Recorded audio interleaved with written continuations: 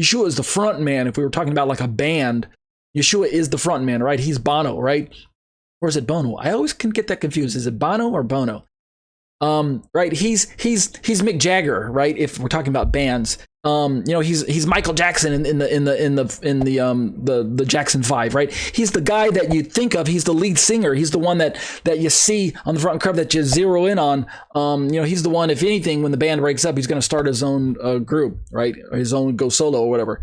I hope you guys aren't put off by my analogies of music and things like that. I hope it's not considered irreverent. But the point I'm trying to make is that Yeshua is the very visible aspect of God's program and dealings with mankind in history, and rightfully so. The Father is enthralled to put Yeshua to the forefront and bring him to the front and the focal point of mankind's dealings with God here on earth. God is fine with that. That's the way he designed it. But the Holy Spirit is quite the opposite. He takes this backseat, almost entirely subservient role to both Yeshua and the Father, right? He allows himself to be sent by the Father and the Son, right? In John chapters 14, 15, 16, 17, that whole upper room discourse. And the Holy Spirit then doesn't play this prominent role of how do we fit him in with the triadic God, the tripart God, the tripersonal God. So this author is introducing this idea as well. There are those who argue against the divinity of the Holy Spirit. And it's because there aren't a lot of passages that help us to rightly understand his role and his place in this tripersonal God we serve. Let's pick up this author's reading again.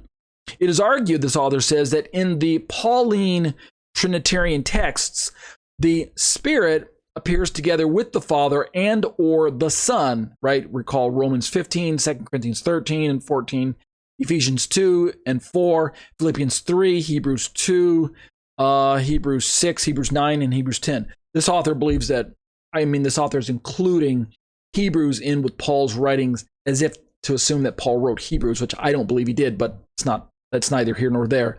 The point the author is bringing up is that oftentimes, the Holy Spirit is sometimes simply described as if he's the Spirit of God. Another way of describing God. Indeed, this is more or less the standard traditional Unitarian perspective, is that the Holy Spirit is not a third person of the Trinity. He's simply another way, or it is simply another way of describing God's very own Spirit. The Jehovah's Witnesses take this same perspective. The Spirit is not a he, he's an it. It is an impersonal force of God, or it is the power of God demonstrated here on earth, et cetera, et cetera. It is the inspiration of God that can be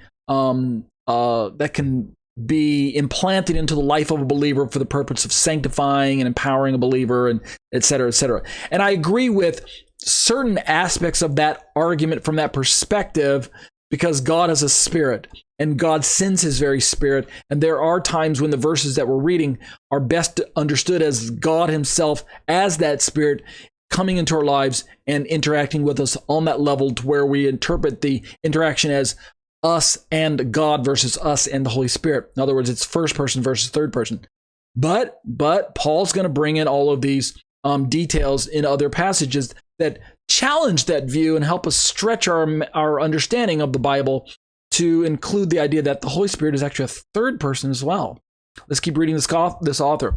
We've already mentioned in our discussion that we can find in Paul's letters texts where two members of the Trinity are present, either the Father and the Son on one hand, like Romans 6, 1 Corinthians 15, and etc., or the Son and the Spirit on the other, Romans 15, 1 Corinthians 6, Philippians 2, Hebrews 10.